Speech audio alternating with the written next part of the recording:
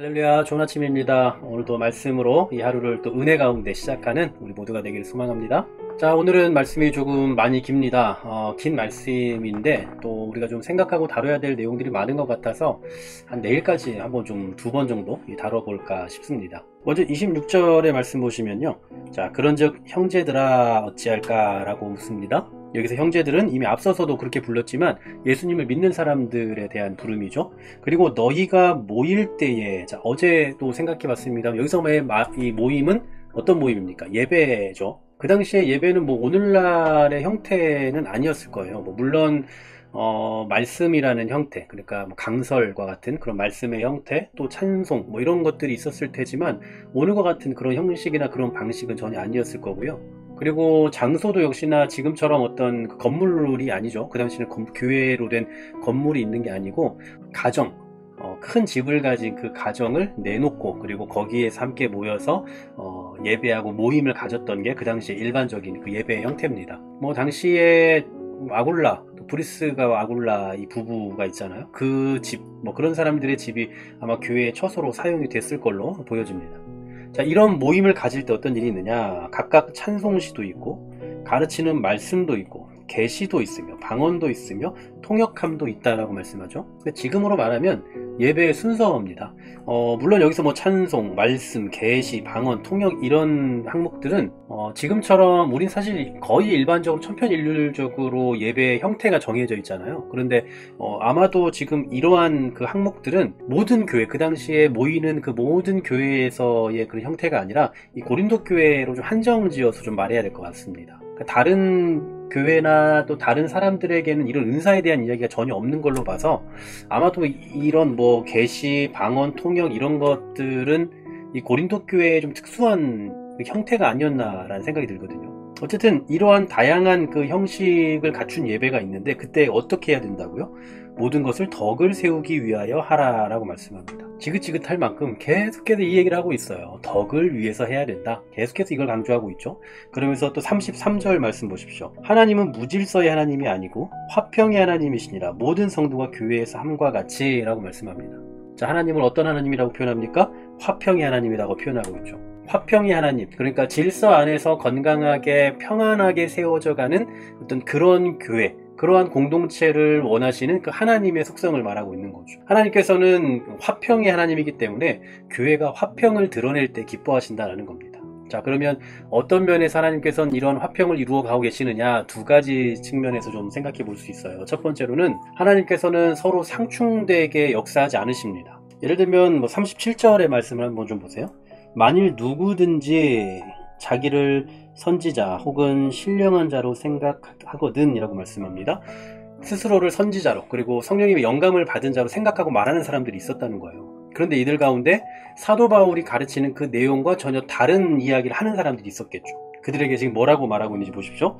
내가 너희에게 편지하는 이 글이 주의 명령인 줄 알라라고 말씀해요. 자, 누구한테 말하느냐? 누구든지요, 누구든지 스스로 선지자다, 신령한 자다라고 말하면서 바울이 가르치는 그 내용과 다른 말을 한다. 그러면 안 된다라는 얘기예요. 왜냐하면 이 글이 주의 명령인 줄 알라. 그러니까 하나님께서 사도 바울에게 주신 그 계시해 주신 말씀과 전혀 다른 형태로 또 누군가에게 말씀하시지 않는다라는 거죠. 그러니까 이거는 지금 사도 바울이 나만 진리다 이걸 말하려고 하는 것이 아니고요. 하나님의 일하시는 방식이 당신께서 전하라 하신 그 말씀 그대로를 모두에게 동일하게 주시지 A라는 사람에게는 이런 말씀을 주시고 B라는 사람에게 다른 말씀을 주시지 않는다라는 거예요. 뭐 예를 들면 그런 거죠. 예수님이 다시 오실 날에 대해서는 아무도 알지 못하잖아요. 이미 성경에도 그렇게 기록하셨고요. 근데 우리는 다 그렇게 알고 있는데 누군가는 오늘 예수님이 나에게 오셔서 그렇게 계시하셨다라고 이렇게 다르게 계시하실 일이 없다라는 이야기입니다. 여러분, 우리 시대의 분별의 기준은 뭡니까? 성경이에요. 다른 그 무엇도 아니고 바로 성경입니다.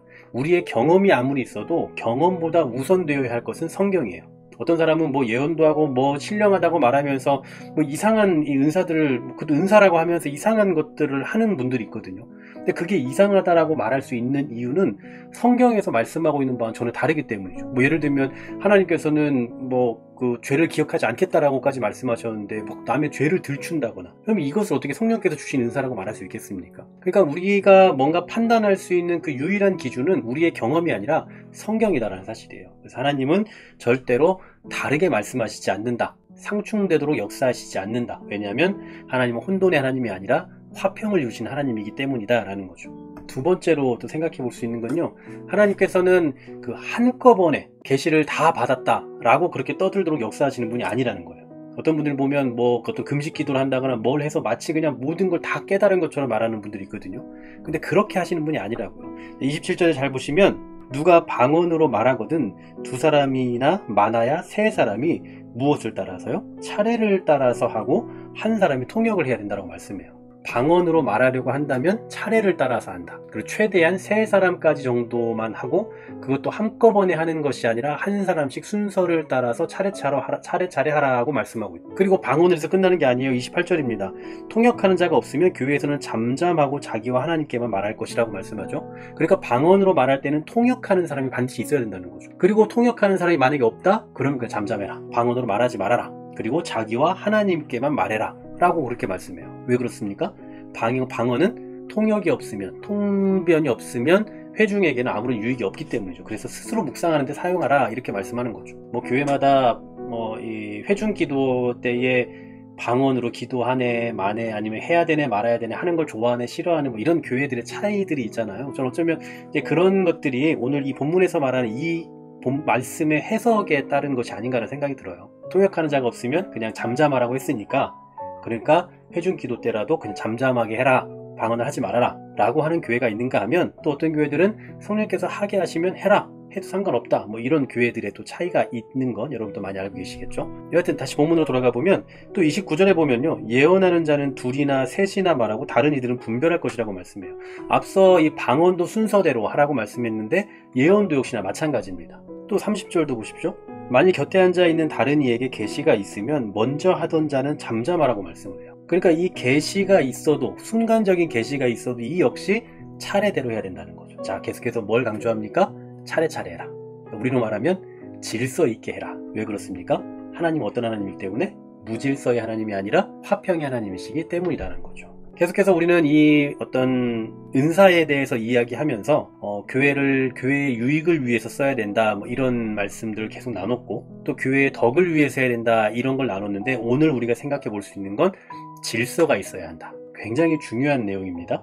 아무리 신령한 것이라도, 아무리 좋은 것이라도 질서가 없으면 안 되는 거예요. 교회는 구조적으로 질서라는 게 존재합니다. 어떤 뭐 수직적인 상하관계 속에서의 그런 질서가 아니라, 평등하다 할지라도 그 평등함 속에서 질서라는 거 존재한다는 거예요. 누가 우선적으로 해야 한다는 질서가 있을 수도 있고요, 누구만 해야 한다는 질서가 있을 수도 있고, 뭐 각각의 교회의 분위기에 따라 다르겠지만 분명한 질서라는 건 필요해요. 그리고 이 질서가 무너져 버리면 아무리 그 교회가 뜨겁고 부흥되는 교회라 할지라도 하나님께서 기뻐하시는 모습은 아닐 겁니다. 왜냐하면 하나님은 화평의 하나님이잖아요. 질서의 하나님이시고. 과연 여러분은 교회에서 어떤 질서를 드러내고 계십니까? 얼마나 그 질서에 순응하며 살아가고 계십니까?